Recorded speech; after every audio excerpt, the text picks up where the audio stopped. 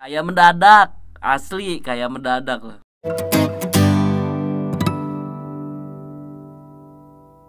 Halo YouTube, gimana kabarnya? Ketemu lagi sama gue Joni dan ini udah video ketiga ya. Ya kerasa loh, udah 3 kali kita ketemu. Mudah-mudahan kamu selalu suka sama video yang kita buat. Dan sama sih kayak video-video kemarin, kita bakal ngomongin sesuatu yang lagi trending belakangan ini. Kebetulan belakangan ini yang trending banyak sih kalau ngomongin yang trending ya. Cuma yang membuat gue menarik beberapa hari ini itu adalah tentang duit sih. Apa karena memang kondisi keuangan gue yang lagi kurang ya? Kayaknya ada hubungannya ya. Makanya gue mantaunya duit gitu. Jadi kan beberapa hari ini tuh orang-orang tuh pada ngomongin tentang koin Rp1.000. Koin Rp1.000 yang gambar kelapa sawit ya, yang perak, terus di tengahnya ada emas-emas kayak gitu. Gue sih penasaran ya, emas di tengahnya tuh emas beneran gak ya? Gue kurang ngerti tentang duit sih, gue taunya belanjain duit aja. Oh no.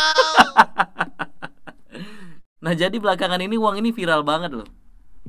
Kenapa viral? Karena ada beberapa orang ya yang menjual uang ini seharga fantastis di beberapa social media, di beberapa marketplace. Bahkan gak tanggung-tanggung, ada yang jual duit 1.000 ini sampai seharga ratusan juta rupiah. Bayangin gak tuh? Duit 1.000 lo jual ratusan juta rupiah. Brr.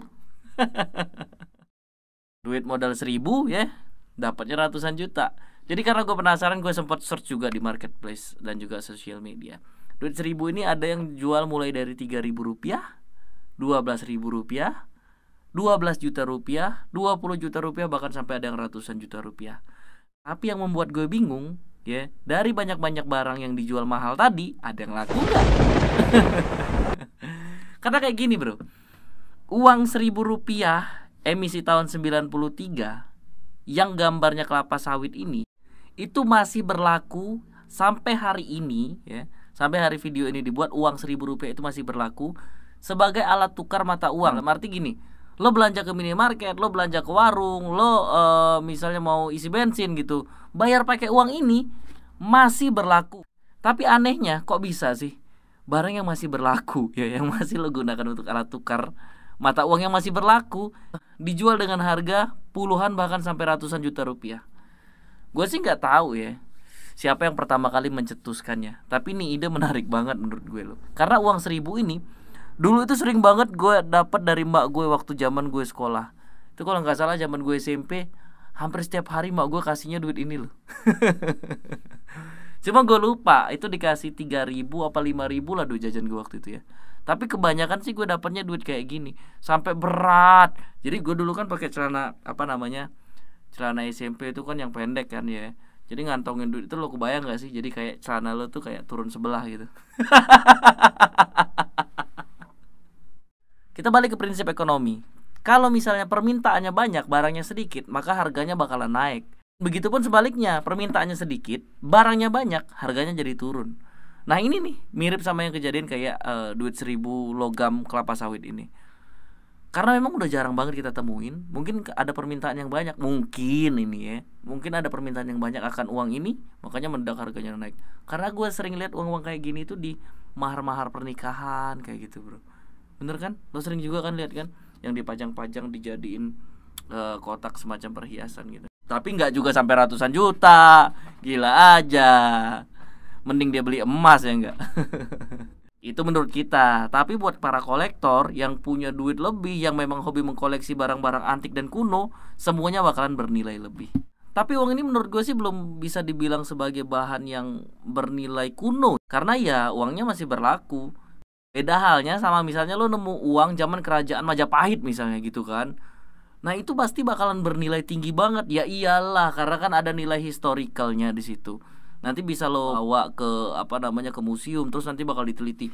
Ini uang nih dari bahan apa, terus digunakan pada tahun berapa gitu. Itu punya nilai historical yang membuat nilai jualnya ya mungkin bisa naik.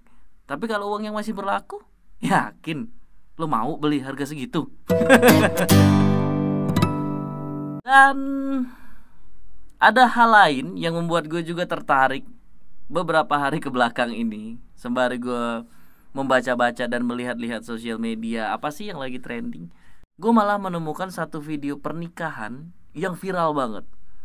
Jadi ini adalah video yang diunggah di TikTok ya, Dan pas gue tonton pertama kali video ini, gue ngerasa kayak antara sedih, mau ketawa iya, tapi lebih banyak ke kayak rasa haru sih. Iya, serius loh. Tapi gue gak tahu ya. Karena waktu orang nonton video itu dengan mood yang berbeda dan kondisi yang berbeda, bisa berbeda perasaannya, bener ya? Jadi ada pasangan pengantin yang baru-baru ini nikah nih, dan yang menikahkannya adalah mantan suaminya dari mempelai wanita, serta mempelai pria ini adalah teman dari penghulu ini. Ini yang buat heboh, ini yang menggemparkan.